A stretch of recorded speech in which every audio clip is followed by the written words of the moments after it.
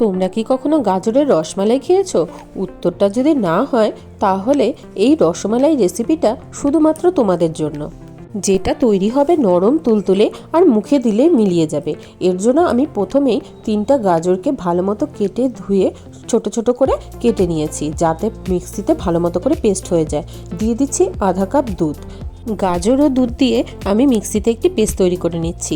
এবার এই পেস্টটি দিয়ে দিচ্ছি কড়াইয়ের মধ্যে, আর দিয়ে দিচ্ছি সেই মিক্সি ধুয়ে সামান্য দুধ, মানে আরও অর্ধেক কাপ দুধ আমি দিয়ে দিয়েছি। এবার সুন্দর মতো করে বলক ওঠা পর্যন্ত অপেক্ষা করতে হবে। ভালো মতো করে নাড়াচাড়া করে নিব। তারপরে দিয়ে দিব সুজিটা।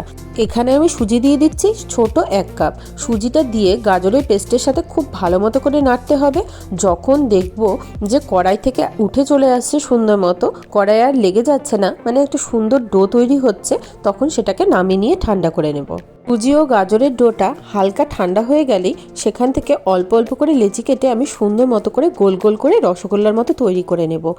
তৈরি করার সময় যাতে হাতে না লেগে যায় তার জন্য কিন্তু আগে থেকেই আমি একটু সাদা তেল হাতে মাখিয়ে নিয়েছি। তোমরা সবাই দেখতেই পাচ্ছ আমি কিভাবে গোল গোল করে রসগোল্লার মতো তৈরি করে নিচ্ছি। এভাবে সম্পূর্ণ ডোটা থেকে কিন্তু আমি অল্প অল্প করে লেচি কেটে রসগোল্লার মতো তৈরি করে নিব। সম্পূর্ণ ডো থেকে রসগোল্লাগুলো তৈরি হয়ে গেলে আমি একটি পাত্রে রেখে দিচ্ছি। দেখো রসগোল্লাগুলো সবগুলো দেখতে কত সুন্দর লাগছে এখনই। এবার গ্যাসে একটি কড়াইয়ের মধ্যে সামান্য জল দিয়ে উপরে কিন্তু স্টিম হওয়ার জন্য একটা পাত্র দিয়ে দিয়েছি, ফুটো একটা থালা।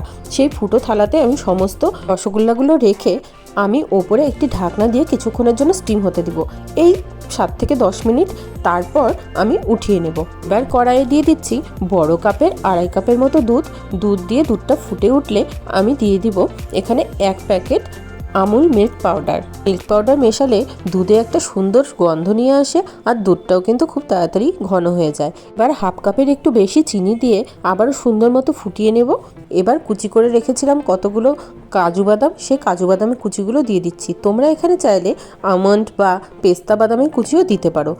শেষে যে রসগোল্লাগুলো বানিয়ে রেখেছিলাম সেই রসগোল্লাগুলো ছেড়ে দিব। একটা বলক উঠলেই কিন্তু গ্যাসটা অফ করে দিব।